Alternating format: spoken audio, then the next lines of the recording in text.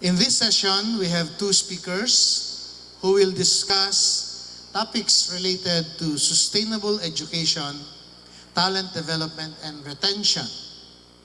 Again, before the three topics, a summary of the discussions from the Visayas Regional Scientific Meeting will be presented. After the presentations, a discussant, reactor will present his opinions on the presented topics as well as share his experiences. This will be followed by a short open forum.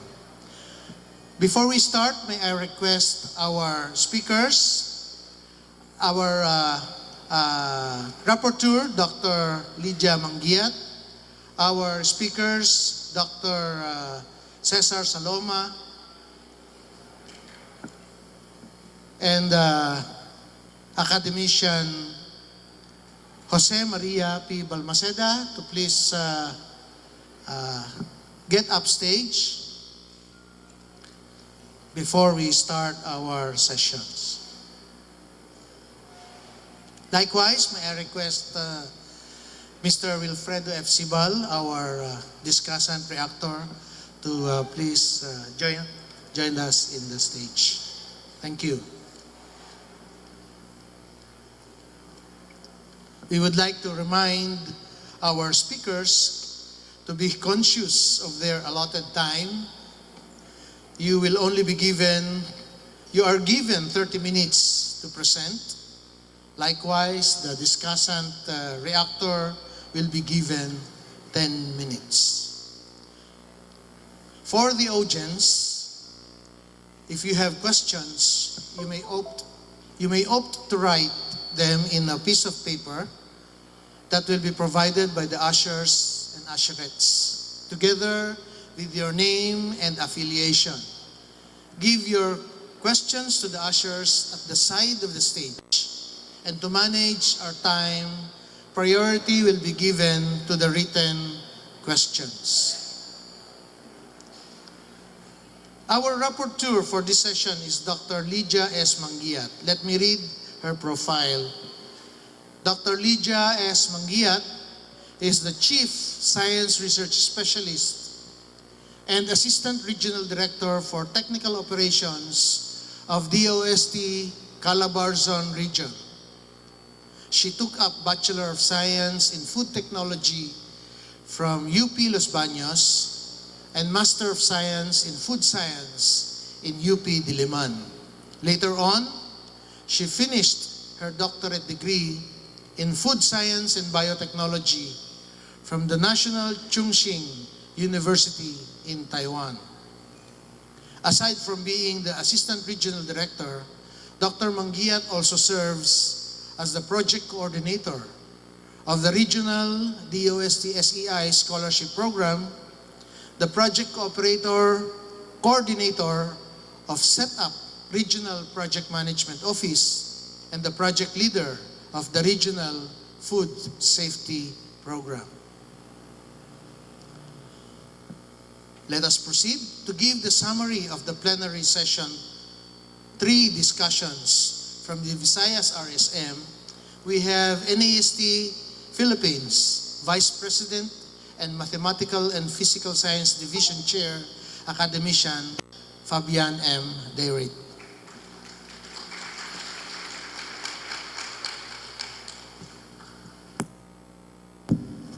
Good morning.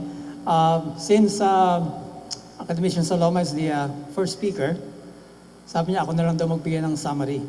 So I will give this summary on behalf of Dr. Saloma. So this is the summary of the what happened during the first regional scientific meeting in Tacloban.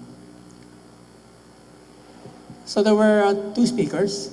The first speaker was Academician Ray Vea, and his topic was marshalling S&D talent for national development. And the second speaker is Dr. Josette Bio, who is the director of the Science Education Institute, and here she described the programs of SEI. So we had a discussant and rapporteur. So this is the presentation of Dr. Vea. So he presented the projections from 2018 to 2038 of the number of new RSEs, so that's research scientists and engineers, that is required for the Philippines to meet the UNESCO benchmark of 380 RSEs in R&D per million population. So 380 is our target. And he calculated that assuming a 2% yearly growth in the Philippine population, so we will be increasing from 110 million in 2018 to 163 million in 2038. So the UNESCO benchmark will then increase from 41,800 in 2018, and we will need to have 62,100 in 2038. So the targets keep increasing with population. So there's a deficit of 21,000 in 2018, and this deficit will increase to 41,000 in 2038. So medyo malaki yung kailangan nating abutin. For 2019, the required number of RSEs is 21,846. Now, the number of MS and PhD graduates from 2008 to 2018, there are two, SEI has two programs. ASTHRD is the Accelerated Science and Technology Research and Development Program. So these are the PhD and MS programs in the sciences and applied sciences and mathematics. So in the ASTHRDP, 304 out of 1,069 scholarships were awarded during that period. And for the MS, 2,111 out of 5,009 scholarships were awarded. So as you can see, we're quite far the number of scholarships awarded to the targets. Likewise, the ERDT is the Engineering Research and Development for Technology program. So this is the engineering programs, MS and PhD. So there are 119 out of 389 scholarships were awarded. So in other words, we cannot meet, parang SEI allocates so much, so 1,000 for the for the PhD and 5,000 for the masters. Pero yung nakukuha lang na slots is 300 out of 1,000 and then 2,000 out of 5,000. Sa ERDT, it's similar.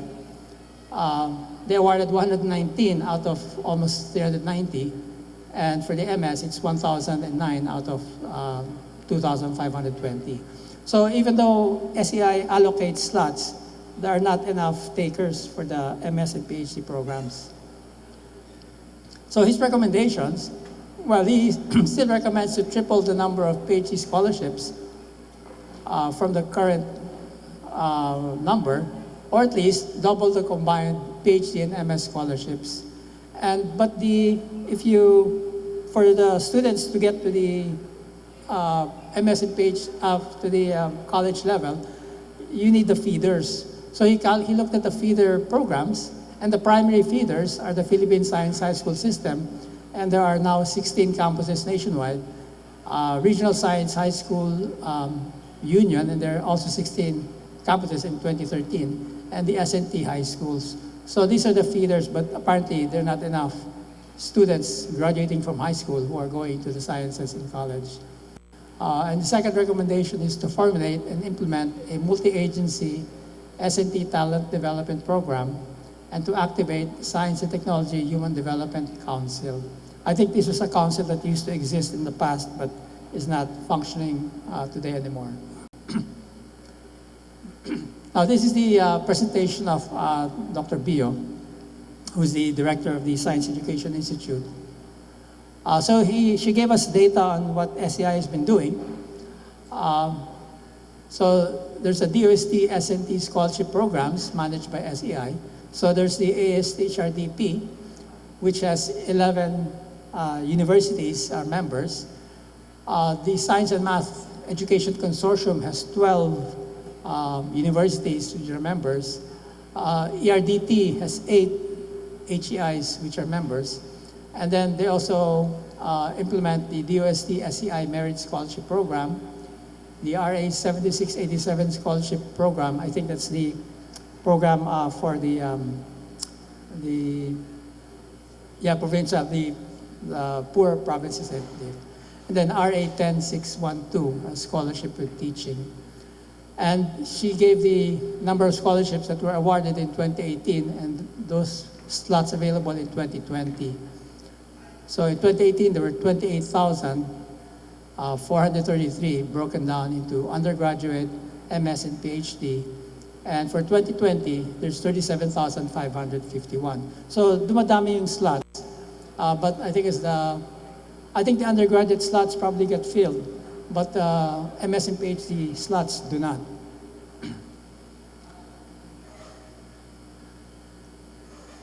She also mentioned the number of municipality beneficiaries. So from 72 in 2011 to 97 in 2018. And I think she said that ilan na lang ang municipality ata na hindi na nakakuha ng SEI scholarship. And then she also shared the examinees and scholarships awarded for the undergraduate programs. So from the numbers, 2013, there were 25,000 examinees with 3,500 scholarships awarded. 2019, 73,000 examinees with 10,000 scholarships awarded. So sa undergraduate level, I think maraming kumukuha. Pero konti lang yung pupunta sa MS and PhD. She also mentioned the foreign scholarships which they manage. The UST Newton Fund, that's with the UK, Mekoteco with Taiwan, Foreign Graduate Scholarship Program, Faculty Development Program, and so forth. And she also mentioned other SEI projects.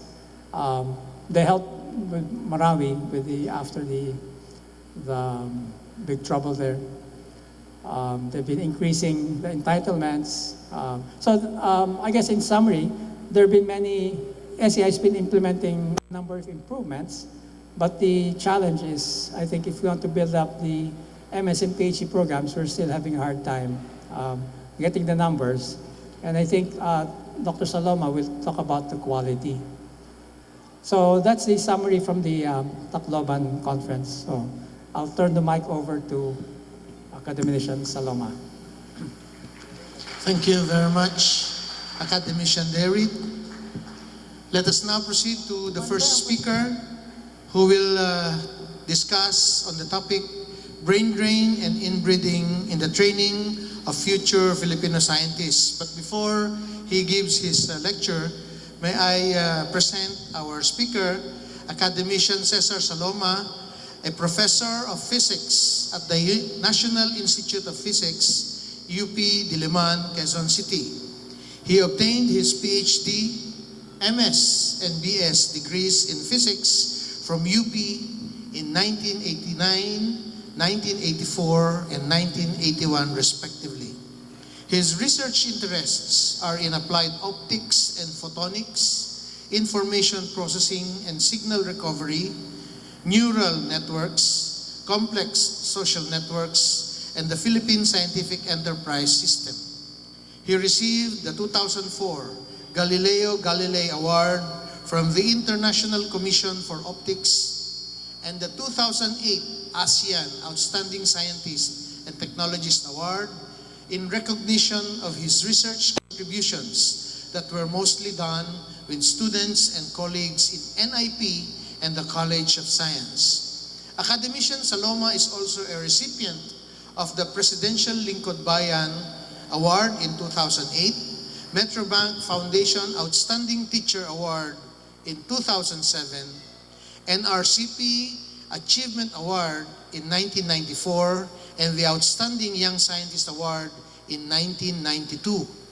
He served as NIP Director from 2000 to 2006, College of Science Dean from 2006 to 2011, and UP Diliman Chancellor from 2011 to 2014.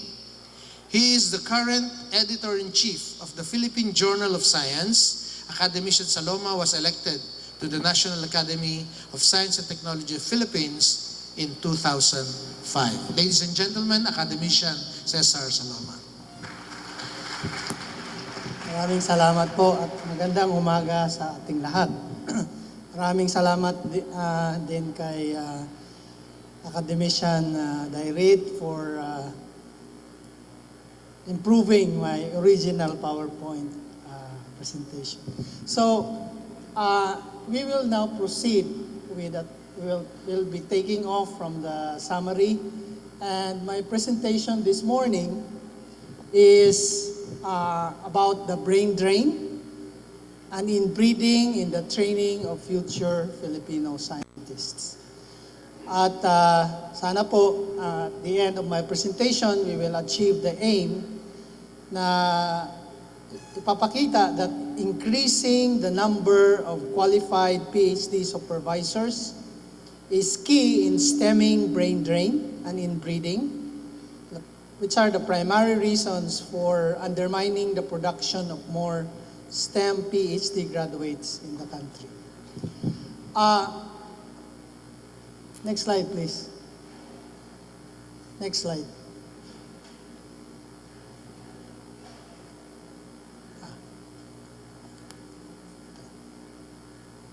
Okay.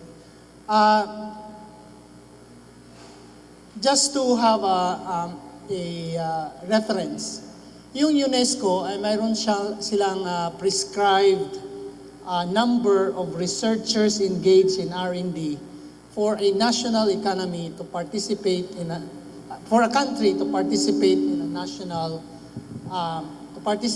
knowledge-based economy. At sabi po nila, at the minimum, kailangan pong mayroong 380 researchers per million of population at ang expenditure na inaalat, ang public expenditure na inaalat for research and development is at least 1% of GDP. The main purpose of doing the investing in research and development is to generate new scientific knowledge, which when applied successfully will lead to technological innovation, better products and processes that boost labor productivity and enhance our quality of life. So, sa data na available sa World Bank, makikita natin that the Philippines is still below the prescribed UNESCO benchmark. In 2013, mayroon pong 187 researchers per million of population, at that's the latest data that we have, according to the World Bank. Now, ang population natin ay nag-i-increase, assuming almost 2% increase, magiging po tayong 113 million sa 2020. Sa public investment naman sa research and development, nag-i-increase naman tayo from 0.15 in 2002 to 0.6 in 2008. So that is a good indication, and nangyari po yan because of increasing income of the national government, because of a growing economy. So ang isang importante nating mapansin dito is between the data of the World Bank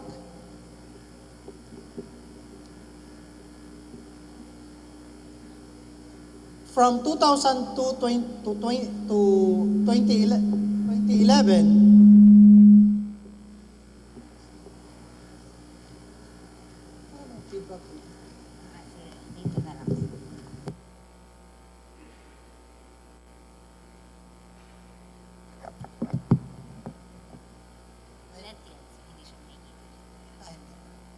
so notice the steep rise in the number of researchers per million of population from 2002 to 2011.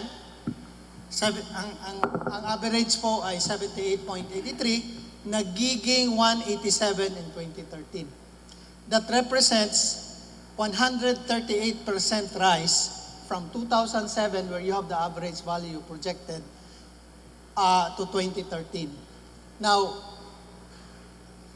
if the data is accurate, that kind of increase, if sustained, will allow the Philippines to satisfy the World Bank benchmark in 2019, 2030, 2020. That's like double your money in a bank.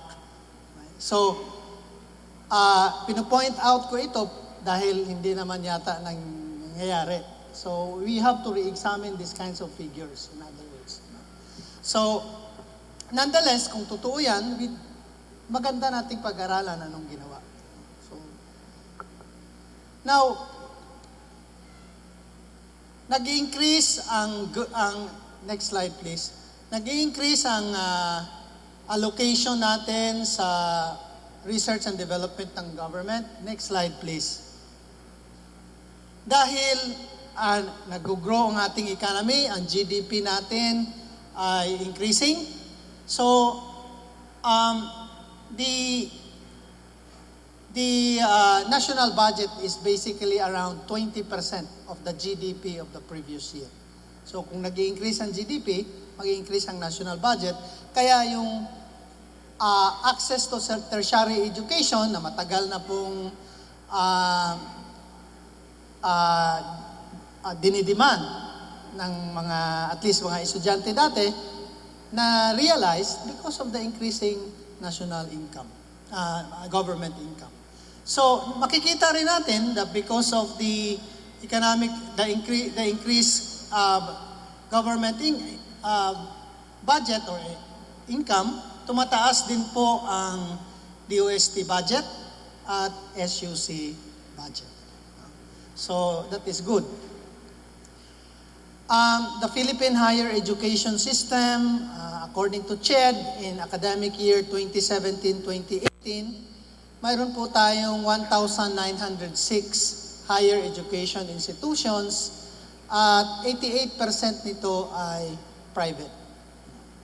Now,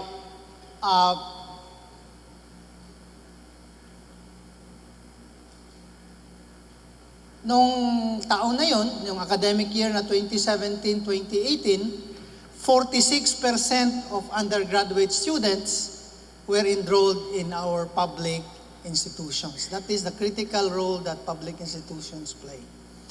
But notice that out of these halos 3 million students, only 13.7% ay taking STEM bachelor degrees. At in fact, compared to the previous fiscal year, bumaba pa.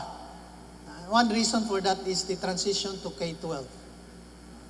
Now, sa scientists and notice the big increase of minus 16.9% in the enrollment, general enrollment in college.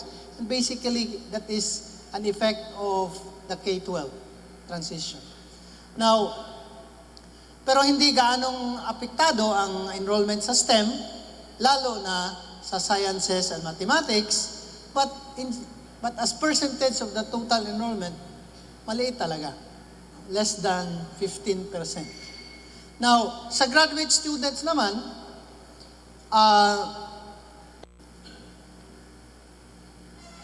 notice that is around 25% smaller than undergraduate population, and almost 51% of our graduate students are enrolled in public institutions.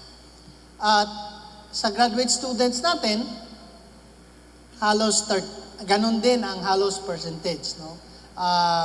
13.8% in STEM-related degrees. Now, a more serious challenge with the structure of our higher education system is that only a small percentage of our faculty have PhD degrees. At ang increase na yan, hirap na hirap talaga. No? From 9.24% in 2003-2004, nag-increase lamang yan ng halos 5% about 14 years after. Now, critical sa training ng scientists and researchers, lalo na those who will engage in the generation of new scientific knowledge, critical ang PhD faculty dahil sila lang po ang qualified na mag-supervise ng PhD students. Now, ito po ang educational attainment ng ating faculty through the years. At makikita natin na nag-improve naman ang education profile. Dati, noong 2003-2004 po, 60% ng faculty and our entire HEIs ay BS degree graduates, 60%. Ngayon, through time, nag-decrease naman yan to 45%. Ngunit, ang impact doon sa PhD faculty, halos hindi gaano kalaki. So, more than 99% of our higher education institutions are incapable of offering STEM PhD degree programs dahil po sa kakulangan ng qualified faculty members. Now, in terms of human capital generation, there are halos 1,500 new lawyers produced every year from 2000 to 2017. Passing the bar is difficult, more difficult than passing the CPA board exam in relative terms. Sa new MDs naman, almost 2,900. The passing rate is very high. So, in a sense, maganda ang ating medical schools. Sa STEM PhD graduates, sa aking reckoning, mga 100 lang per year in all areas of science, technology, engineering, and mathematics. Now, nakita naman itong challenge na ito ng DOST. So, in 2007, ini-established ang Engineering Research and Development for Technology program. At during that time, mayroong 8 universities that were invited to join the consortium because they already have existing PhD degree programs offerings at least in certain disciplines. So, naalala ko, ako po yung dean doon at that time ng science. So, I discussed. In-scan talaga ng DOST, ng SEI in particular, kung ano ang pwedeng maging member sa consortium. At out of 1,900, walo lang po ang mag-qualify sa engineering.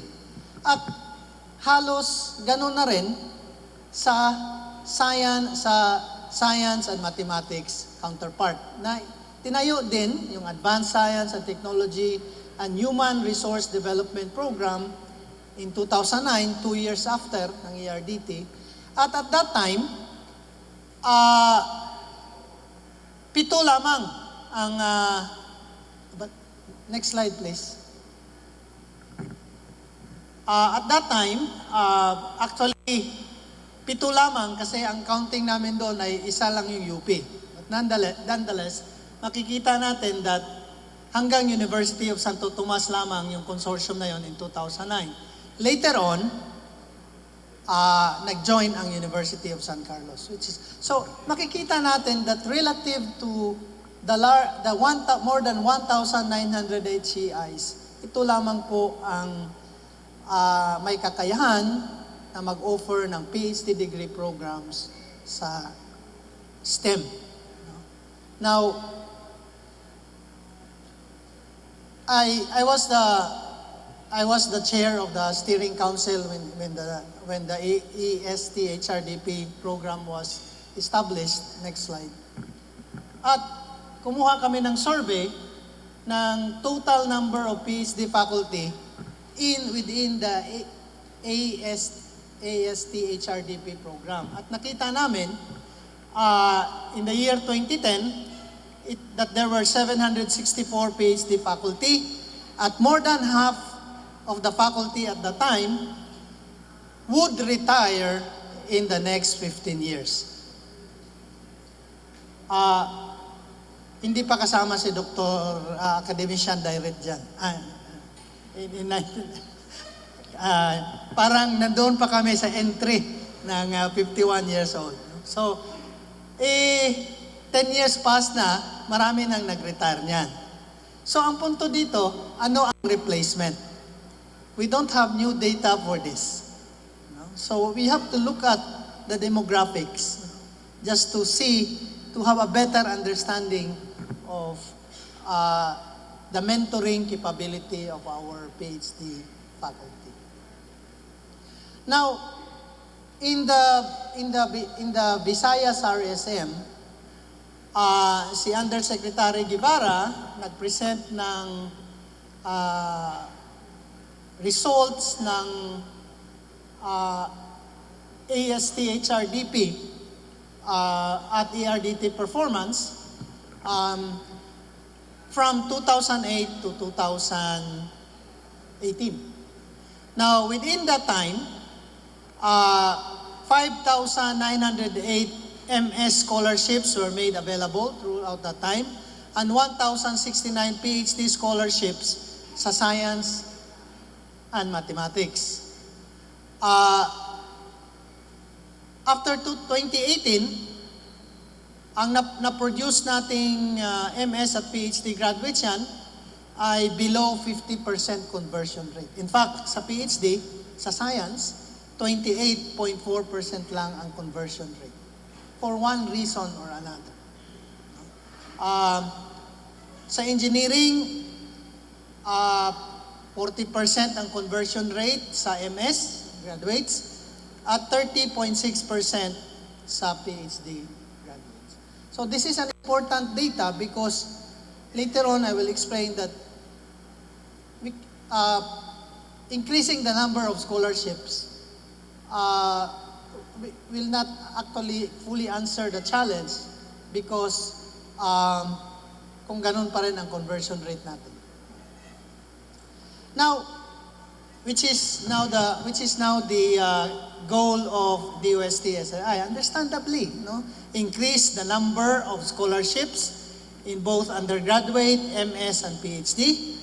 And in fact, from 2018 fiscal year to 2020, ang target sa PhD scholarships is to increase it by 52%.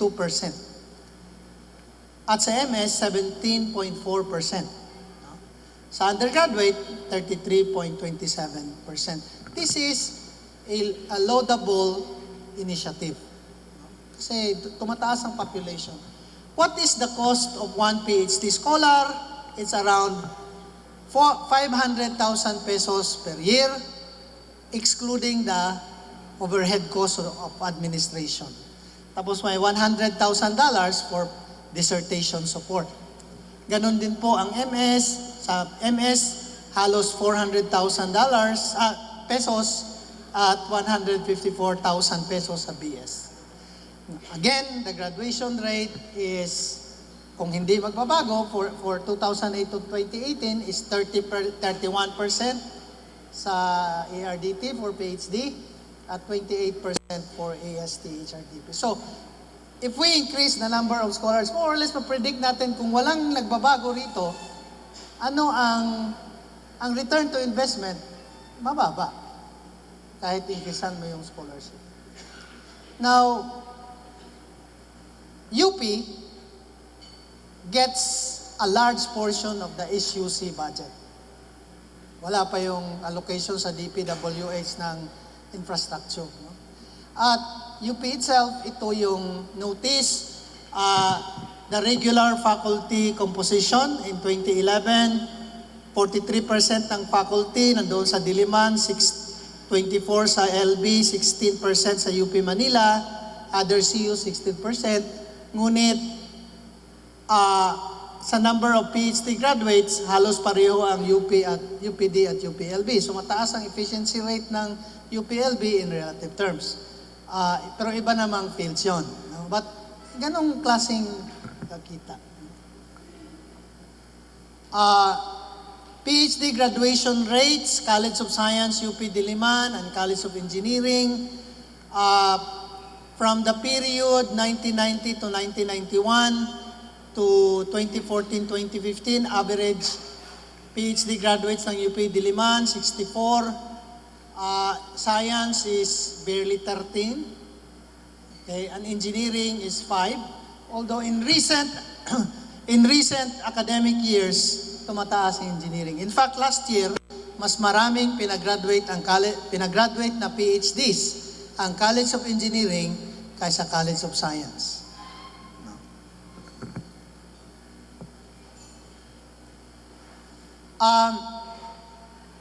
Looking at the data of the graduates of the PhD graduates of the College of Science, sa mga national institutes or under selected institutes, makita natin, importantly, sa College of Science, which is black, there is no pattern. That's why the standard deviation of the average is big. No? There is some pattern shown by National Institute of Physics in an increasing trend. If you look at biology, it is decreasing. Maybe one reason for that is the establishment of molecular biology, which splits the Institute of Biology before. So, in the early years of College of Science, pinakamataas ang Institute of Biology sa production ng PhD degrees. Ang isang obstacle din sa success ng isang PhD student, napakatagal pong graduate. Okay. The average completion time of a PhD student after MS is 8 years. So the opportunity cost there is not trivial. No? Mayroon nga pong umabot ng 12 years. So problematic.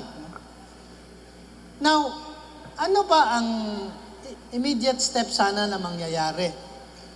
Sa College of Science, mayroon tayong 154 PhD faculty noong 2015-2016.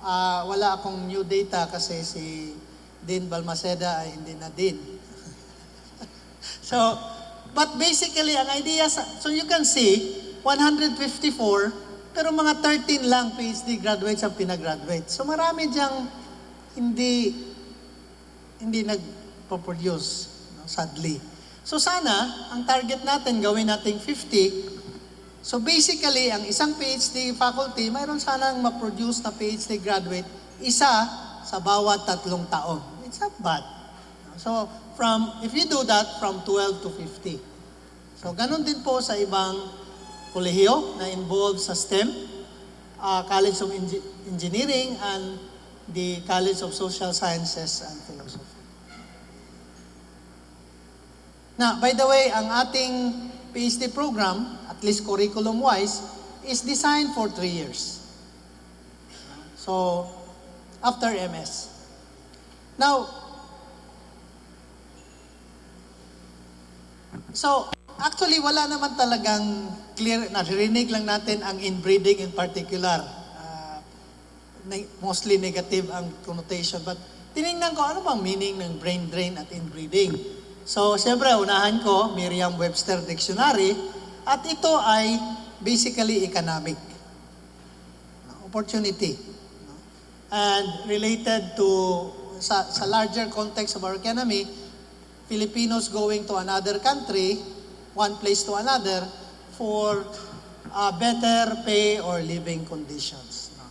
Now, inbreeding on the other hand, dalawang meaning yan, interbreeding sa biology, interbreeding of closely related individuals, plus or minus yan. No? At sa baba, confinement to a narrow range or a local or limited field of choice. So, So I tried, next slide please, I tried to make a contextual, definition in a sense. Next slide please.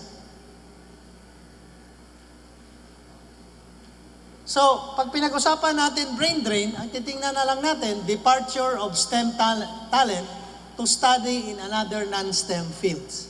No? Sa inbreeding, normally negative yan because it is related to the preservation, inheritance of undesirable academic and R&D practices in a STEM institution, including conflicts and grudges. Masama yun sa graduate student. No? And the confinement of R&D to a narrow range or limited field without actually increasing the accuracy of the scientific understanding of that field. So, next slide please. Now, so this is the SNT human resource feeder structure. Sa high school, kung science ang pinag-usapan natin, science talent, the Philippine Science High School System with its 17 campuses is the primary attractor of scientific talent. Enrollment noong 2017-2019, 7,882. So roughly every year, when the K-12 is stabilized, mayroong 1,400 high school graduates from Philippine Science High School. At mayroon din tayong other science high schools, public, run by local government units. Manila Science High School, for one. Now, and there are good private high school. In fact, more than 50% of UP Diliman qualifiers come from private high schools. Now, enrollment sa high school noong 2016-2017, 1.253 million. So, notice the number of available science talents from high school, mataas yan. So, sa Philippine Science High School, kasama sa kontrata, ang kukunin nila sa college ay BS degree sa STEM. Importante ito. Okay.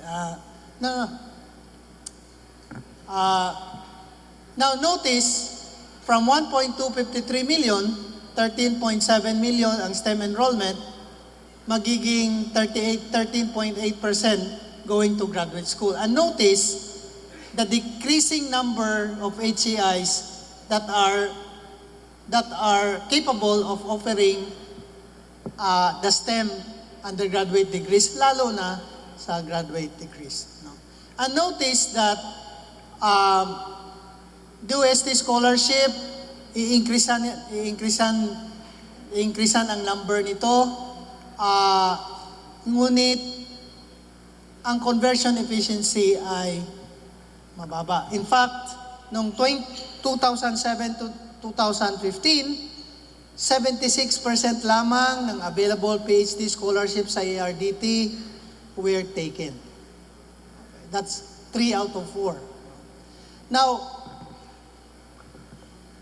the key to stemming brain drain and inbreeding is increasing the number of PhD supervisors who can produce graduates who will eventually are capable of independent research work. And the scholarship side, okay yun, because of increasing budget, but notice the decreasing, the increase in the corresponding number of PhD faculty who will mentor is a lot slower.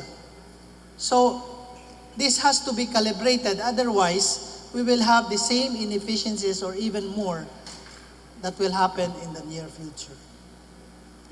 Now, our recommendation is, 1, higher education institutions, especially those in members of ARDT and AEST HRDP, in my opinion, should require successful graduation of at least one PhD student in the granting of tenure and academic promotion to full professor. Ginawa na namin yan sa National Institute of Physics. require prior publication of dissertation research in a peer-reviewed journal in the awarding of PhD degree para ma-minimize natin yung impact ng inbreeding as contextually defined. Para makita natin na may increasing accuracy. Make PhD mentoring matters in academic, scientific awards and recognition, for example, NAST. Minsan ang tinitingnan natin more is ilan ba ang publications nito, ilan ang Hertz index nito, okay yun. But, specific to this country is, ilan ba ang publication nito na kasama ang PhD student sa kanyang graduation. Now, sa grants ng DOST, i-require na kasama dapat PhD students. But this first three, magiging oppressive yan kung wala tayong nurturing and enabling environment for our faculty members and graduate students. Anong ibig sabihin nito? Isang example, when you get into the University of the Philippines College of Science, or University Diliman, yung bagong PhD may required number of years, 5 years, o 7 years, depende, na i-prove niya ang kanyang sarili para mag-decide kung may tenure or wala. Okay. In the training of a PhD student, yung magaling talaga, 8 years yun. Dahil, i-recruit mo pa sa undergraduate.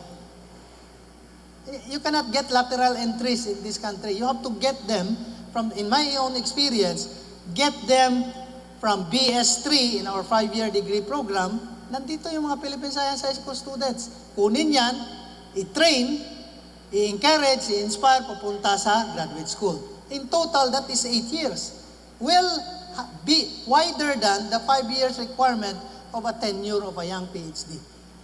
So critical na maintindihan talaga po natin.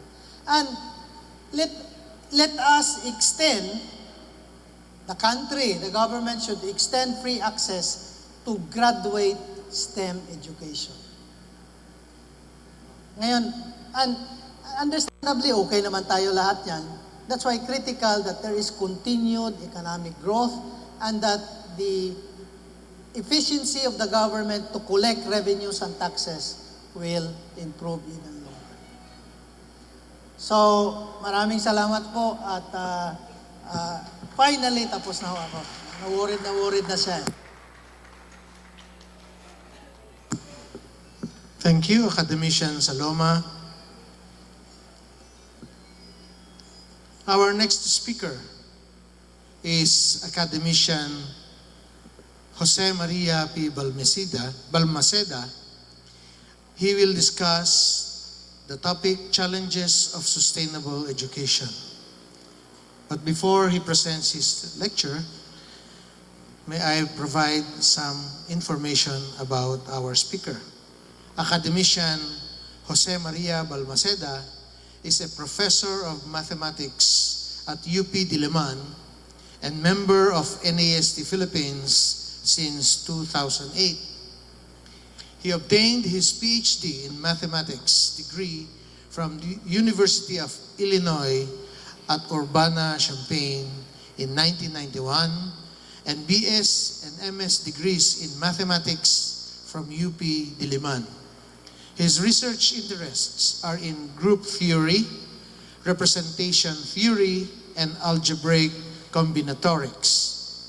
He is currently chair of the CHED Technical Committee for Math and president of the Southeast Asian Mathematical Society. Academician Balmaceda, your presentation, please.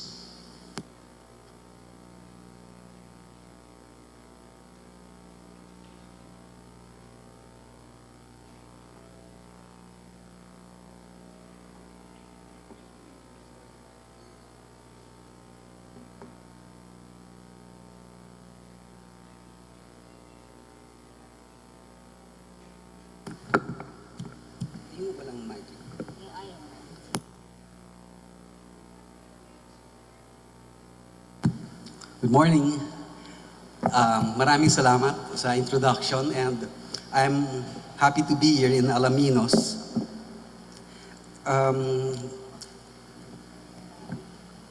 Thank you. This session is about two things really, talent development and retention, and the other topic is sustainable education. Yung po ang na-assign sa akin ni former President of NAST, Willie Padolina. Siya dapat ang nagrepresent. But I'm happy to do so in behalf of NAST. Because what did Dr. Padolina say when he conceptualized this session? We all recognize the need to develop and retain our scientific talent. And he said we really need more sophisticated and astute approaches and a variety of interventions. We've been doing many things these last few years, pero parang the goal of producing this mass of scientists is still elusive. And that's why we have this session. Dr. Padolina is the best person to propose this. Di ba para siyang principal? O di nakakatakot, serious, business-like, but actually has a very soft and playful side. Aside from playing the violin. Dr. Saloma told us about many of the current situation in producing especially scientific talent at the higher education level. And in the last RSM, we really had a lot of discussion. Most of the discussion was on this magic number of 380 researchers per million of people. Alam naman natin na wala pa tayo doon. In fact, in the most recent UNESCO Science Report, which was in 2015, the only data they carried was the Philippine data of 2007, which put the number of our RSEs at 78. Although, meron ng 187 or even more by this time. To me already, the lack of that data in that UNESCO science report is indication of a current state. We can't even count accurately or estimate our scientific personnel. No? Pero yung mga ibang bansa, mas recent ang data. Okay. My talk today will really not focus on the specific problem of developing talent. I think we have many suggestions to address this.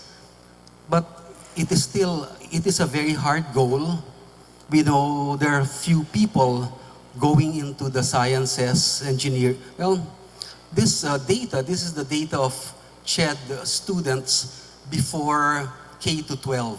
I didn't want to use K-12 data because the numbers have dropped. I didn't want to use 2016 or 2017. But just before, this was the last batch of students in the old curriculum.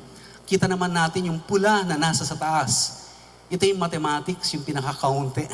And then slightly more is the whole bunch of natural sciences. There are many engineering students, but we then worry about the quality of our graduates and whether these graduates of engineering will really go into fields that will directly address or cater to our national development goals. Maybe some of them won't even work as engineers. So hindi yun ang aking talk. I want to really step back a bit and talk about maybe more fundamental issues, or if you wish, a more philosophical view of education in general. But then I want to tie this up at the end of my talk to the concern of talent development and retention. Alam naman natin that the world is changing very fast. Globalization and big external forces are driving changes in all spheres of human endeavor, especially education. Nagbabago ang ating edukasyon dahil sa iba-ibang nangyayari sa paligid natin. Kasabay na nito yung pagdating ng tinatawag nating Fourth Industrial Revolution o yung FIRE.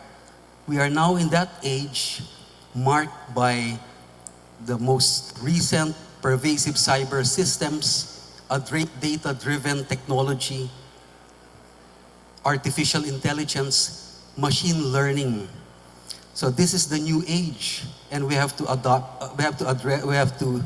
probably re-examine the way things are doing because of these changes. Specifically in education, our academic landscape is also changing. If you look at paradigm shifts in economics, ang usapin ngayon hindi na, well, less of national development, but more of finding your participation. How do we participate in the world market? This is now, we are going into a world where services, goods, labors are freely flowing.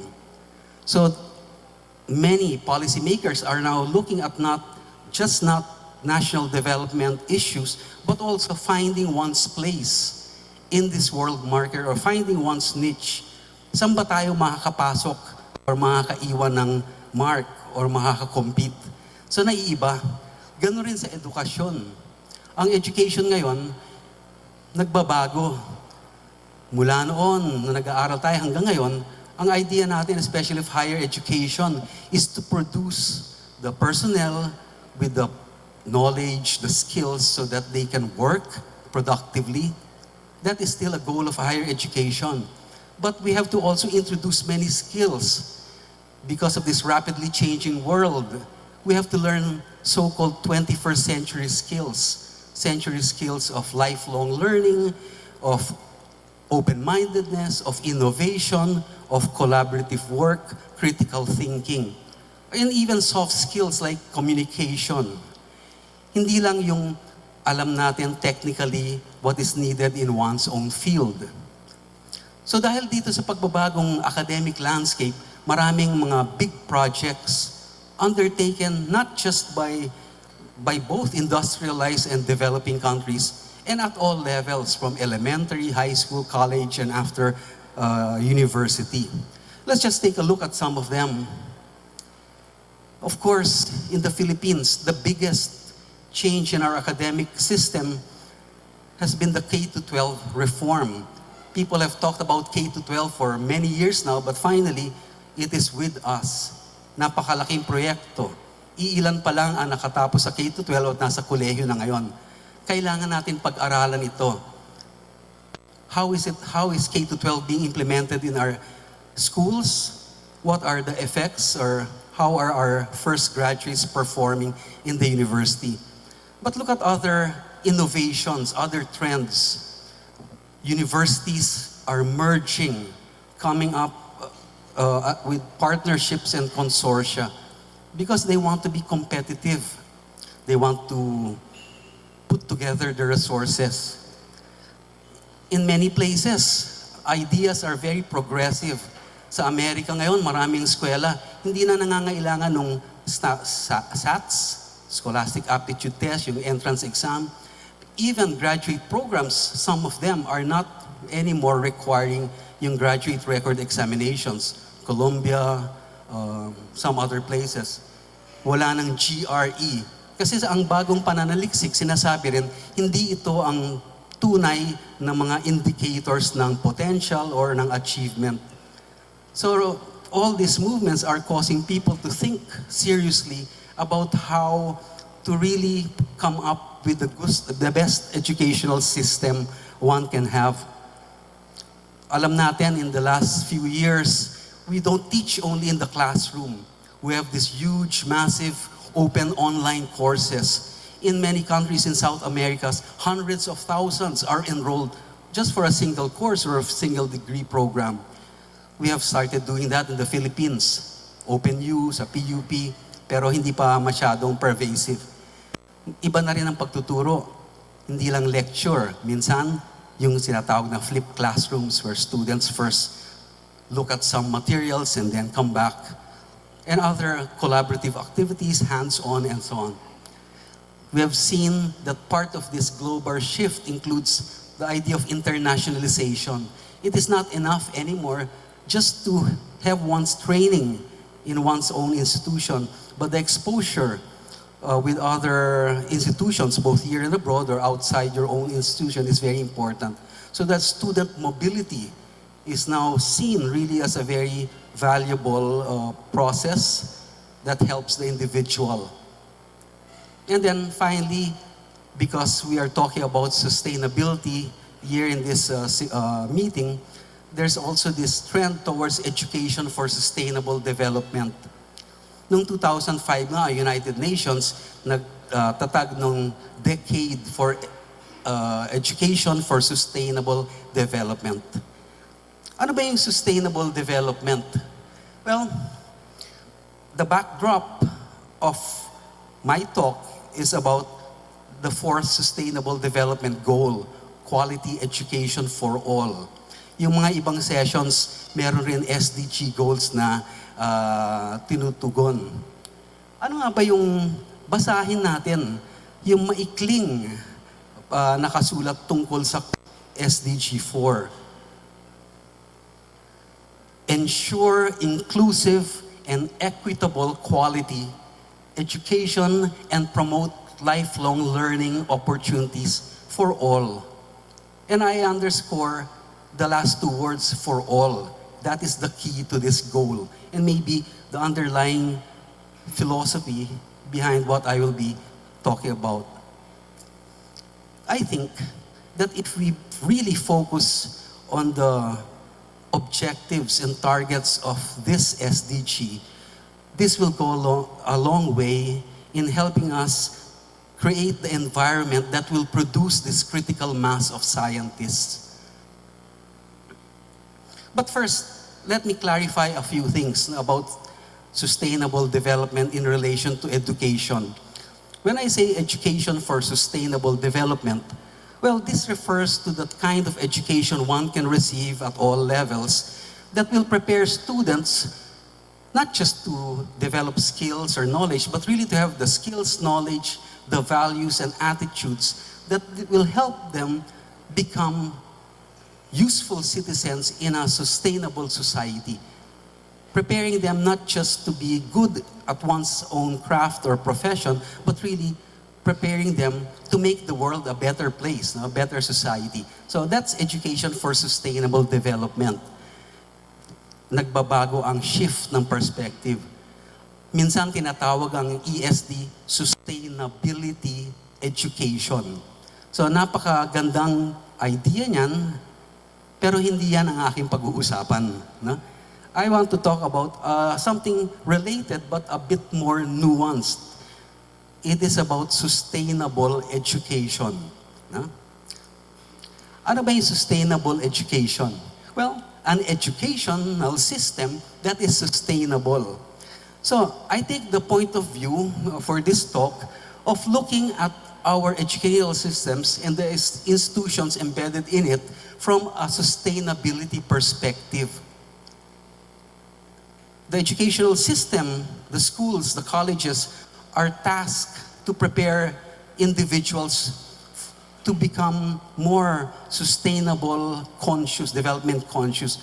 But the other side of that question is, are schools, is the education system itself sustainable? So yan ang gusto kong pag-usapan ng mabilis. No? Madali naman ang sagot kung yan ang tanong. If the question is, are our country's institutions and the systems themselves sustainable? I think you have seen the data from Academician Soloma. You can see the state of your classrooms, high schools. The easy answer is no, especially if we agree that the major objective of development is really the satisfaction of human needs and aspirations. Malayo pa tayo. No? So, my point is not to discuss those things and to assess our own institution, but really to point out, to say that when we look at educational systems,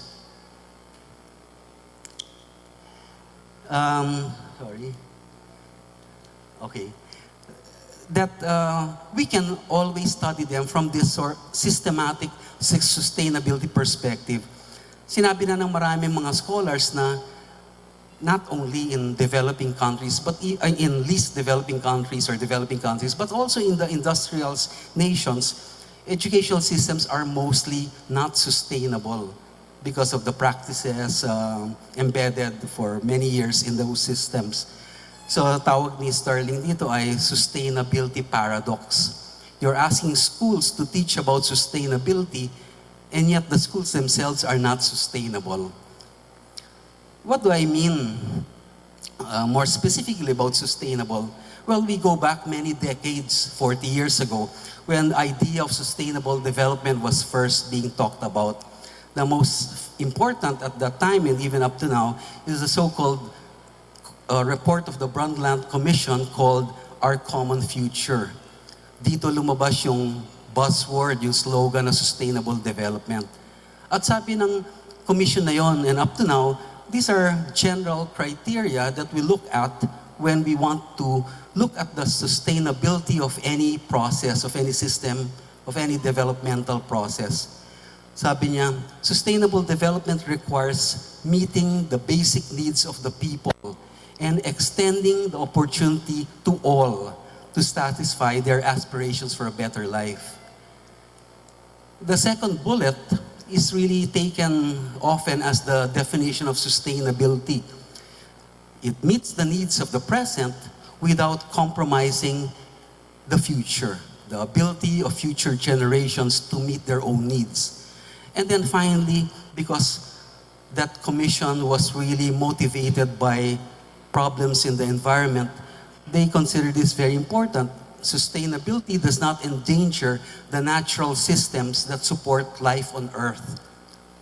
Reading these three guidelines or criteria really refers to the three dimensions of sustainability, which include the social, the environmental, and the economic. Now, we are talking about education. So we can translate this criteria to education terms. We can recast that, and the three now translate to something like this. Essentially just replacing, being more specific and looking at schools and our educational system or systems. So the first question, do our systems satisfy the needs of all? What are the things that we can look at? Are we really providing opportunities for everyone? And that includes access and equity later on. Are our schools safe and secure? Are they healthy environments? Are they green? Do we have enough faculty, teachers who are competent to provide the education? Is the curriculum meeting desired outcomes? And most importantly, are our students really learning? Which is very hard to answer. Assessing learning is one of the most difficult tasks of education.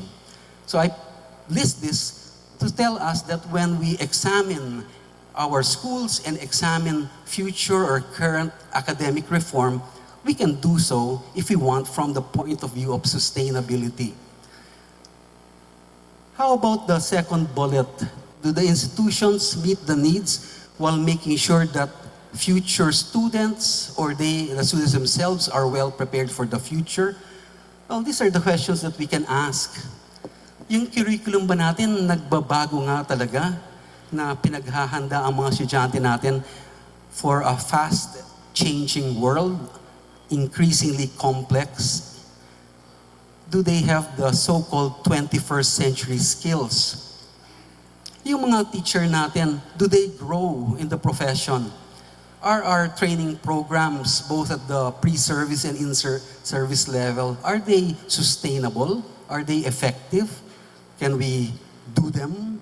Do we have to do them all the time, these training programs? Our graduates, when they leave the university, do their skills prepare them for the job market? Is there a fit between what they will be doing and what they studied? These are the questions to ask with regards to this criteria, among other things.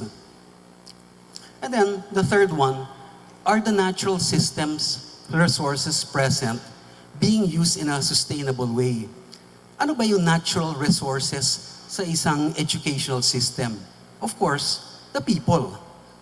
People are the natural source, the main one. So that includes faculty, students, primarily staff, other personnel. Pero hindi lang yun ang natural resources. Kasama sa natural resources, many other things. Students and teachers' prior knowledge, which is sometimes forgotten in teaching. Every student who enters into a grade level brings with him or her prior knowledge and context. Iba-iba minsan ang pinanggagalingan, iba-iba yung alam. But when we treat, in general, our students, we really treat them uniformly to some extent. No?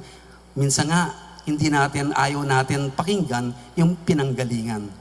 Kasama na siguro doon yung mga indigenous knowledge that is lost in many places. No? So, yung interest and motivation, na resource rin yun. Estudyante papasok, may interest sa matematika, hindi magaling yung teacher, nawala yung interest. So, nawala yung resource. No? Okay? Ayaw natin na ang mga guro natin ay pipila na lang sa airport para pumunta sa ibang bansa.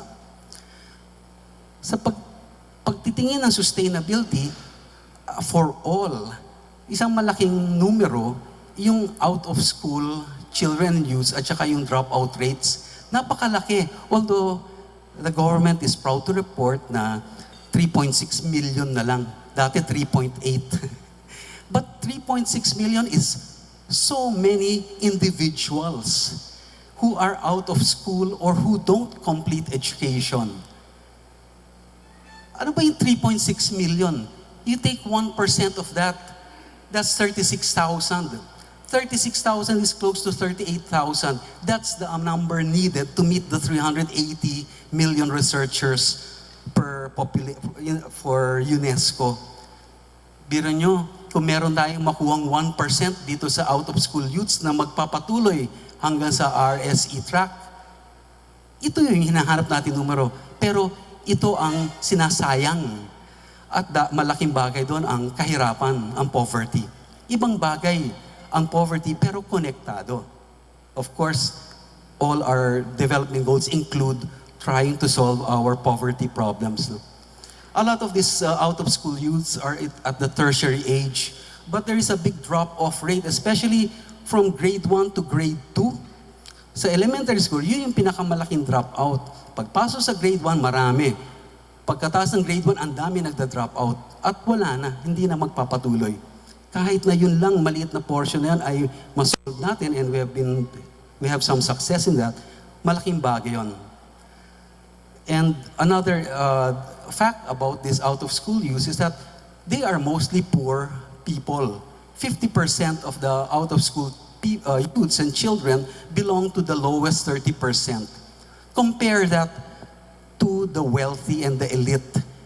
Maybe 80% of the wealthy are in the top 20% of the income ladder are all in school. If you look at our universities and colleges, we can also see weaknesses, evident weaknesses, when we go back in terms of our sustainability criterion. Ang dami-daming eskwela, nakita natin almost 2,000 higher education institutes, karamihan private. Kahit na ang SUCs nagpro-proliferate, and sometimes proliferating in not nice with poor geographic concentration. 30% of the higher education students are in Metro Manila, but Metro Manila's population is just 15% of the country. In some regions, Region 4, daming SUCs. In some, halos wala. Hindi talaga maayos ang distribution. Ang dami-daming academic programs, lahat na nang pwedeng pag-asipan na pangalan, permutation ng mga business administration or kung ano man, meron tayo. At poor student flows, talagang ang daming hindi graduate. No? Ang minsan yung tinitignan yung cohort survival, third year na ang estudyante pero ang dami pa rin hindi nakatapos. Ganun palagi. Sa high school, isang taon bago graduation, ang daming mawawala.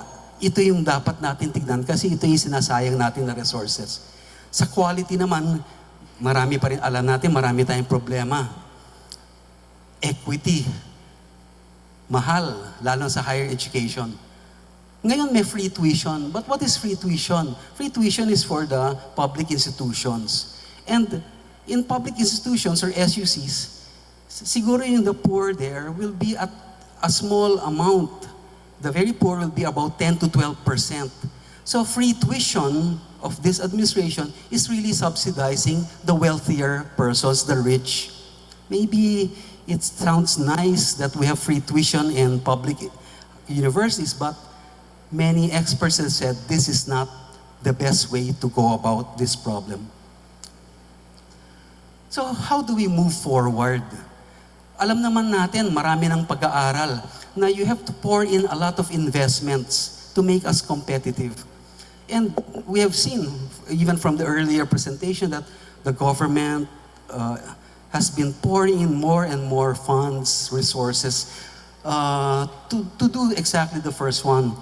Scholarships, facilities, training, year and abroad, attracting even foreign professors to come over. These have all provided results. No? Meron namang epekto yan. But now I make a shift and say, this is where I want to point out maybe some problem. These interventions really revolve around a system that, for instance, academician Alan Bernardo has been saying for 20 plus years already. It is an elitist system in a sense, especially when we go about selecting people who will eventually proceed all the way to PhDs or MS. Ano ba ang nangyayari sa, isipin natin ang eskwela natin? Pasok ang bata, pare-pareho silang grade 1. Pero soon after, the teacher already sorts of identified, ay, ito mahina yan, magaling ito. And then these good students are really catered to. They're given many opportunities. They're given extra work. They have some help. And then they continue because they're given more opportunities. They probably will pass the next level of education. They will get maybe entrance into the science high schools. And then after that, again, another series of selection all the way up. The point is that this sort of elitist system, although well-meaning, really leaves out so many other people. Kasi pag sinabi mo, itong magaling, itong mahina, meron na kaagad obstacle. Yung mga mahina, supposedly, hindi na nakukuha yung pareho mga oportunidad na nakukuha ng mga supposedly magaling or na-identify. And many of these identified ones, these are wealthier students, students with better backgrounds. So, hindi tayo inclusive. Meron tayong mindset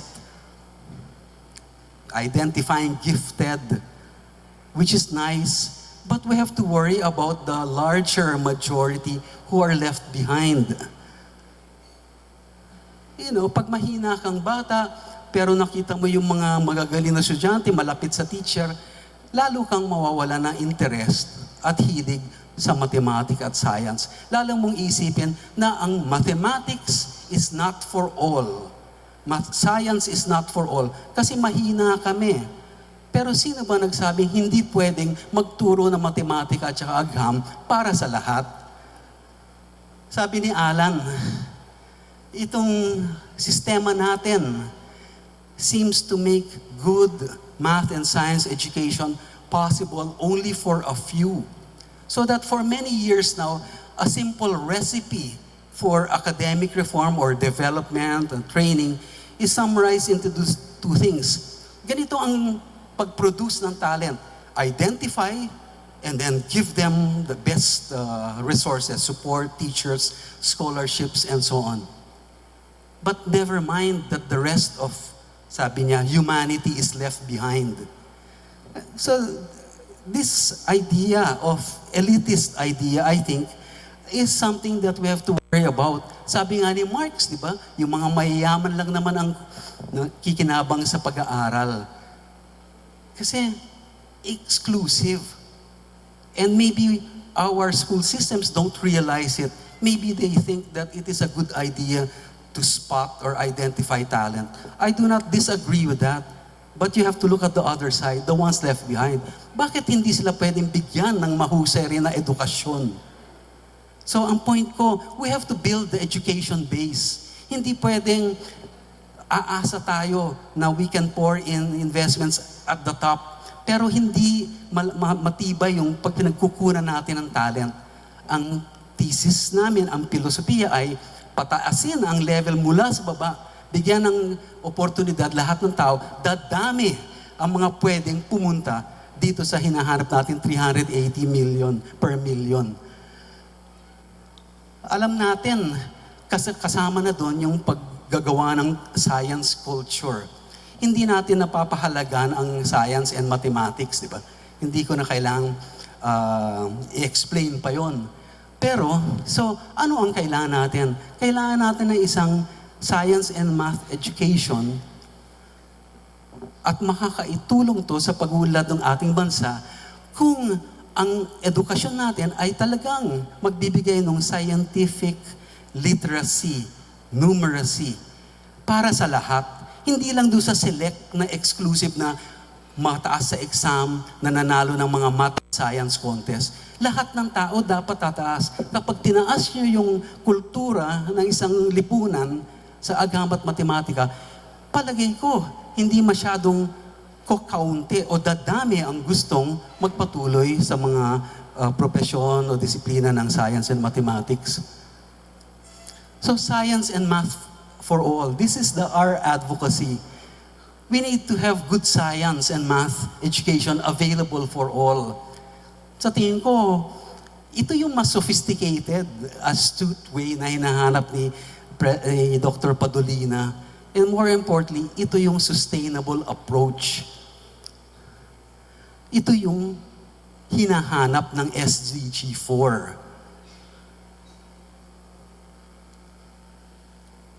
So, let us provide the best science and math education for all while doing all our other interventions of helping identify, pouring in resources.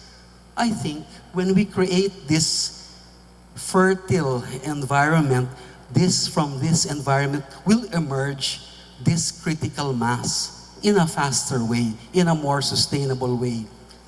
Maybe our job in the next generation will be easier. So in closing, just some recommendations, summarizing some of my major points. Let's make math available to all, moving away from elitist view of science and mathematics. We have to look at the high dropout rates, out of school rates. And when we look at our schools and educational systems, maybe we can use a sustainability perspective to do the evaluation. For instance, as a start, let's look at K-12. How is K-12 doing? Medyo maaga pa. Pero mag-umpisa na tayo sa data. We can start looking at how their graduates, first 2 batches of graduates are doing. We can look at the problems faced by the teachers and the students. We can start doing that.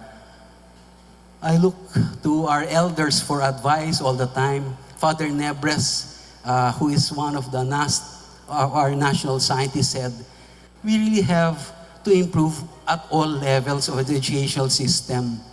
No? Hindi pwedeng titignan isa lang.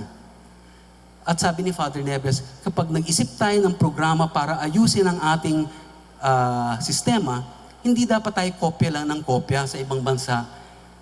We have to develop our reforms that really cater to the needs of our society, the requirements of our culture. Let us not just copy trends, especially from the West. No. Matagal nang sinasabi ito, hindi naman nangyayari. Siguro maraming opinion rin ang ibang tao.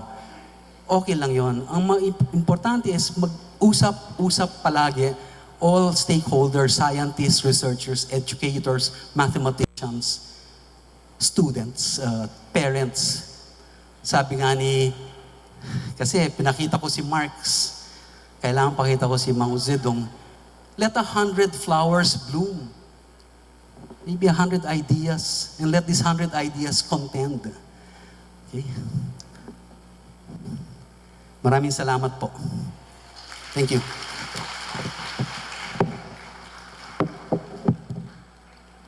Thank you, Academician Balmaceda. Our discussant reactor for this session is Mr. Wilfredo F. Sibal. Mr. Sibal is currently the Chief Science Research Specialist of the Department of Science and Technology Regional Office Number 3. He completed his undergraduate degree in agriculture, major in agronomy at the University of the Philippines, Los Baños in 1985. He was a recipient of the Civil Service Commission Local Scholarship Grant when he took up his master's degree in management, major in public management at the University of the Philippines Extension Program in Pampanga in 1999. Mr. Sibal, your discussions, please.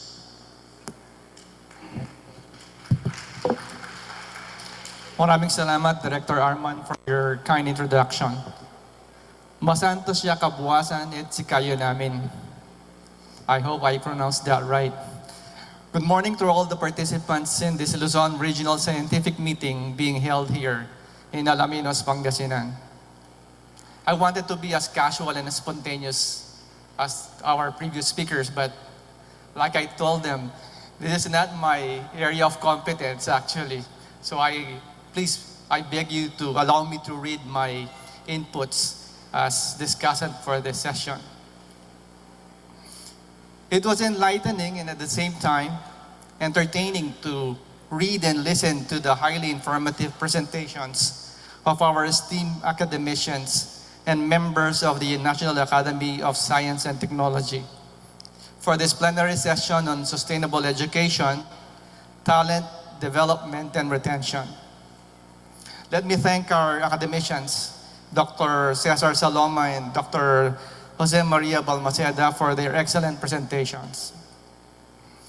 I was given this awesome task by NAST to play the role of discussant and reactor to the paper presentations of our two distinguished speakers, but knowing fully well that I am way out of the league of these two gentlemen. Probably my closest connections to our NAST pool of scientists was that I used to work at the Institute of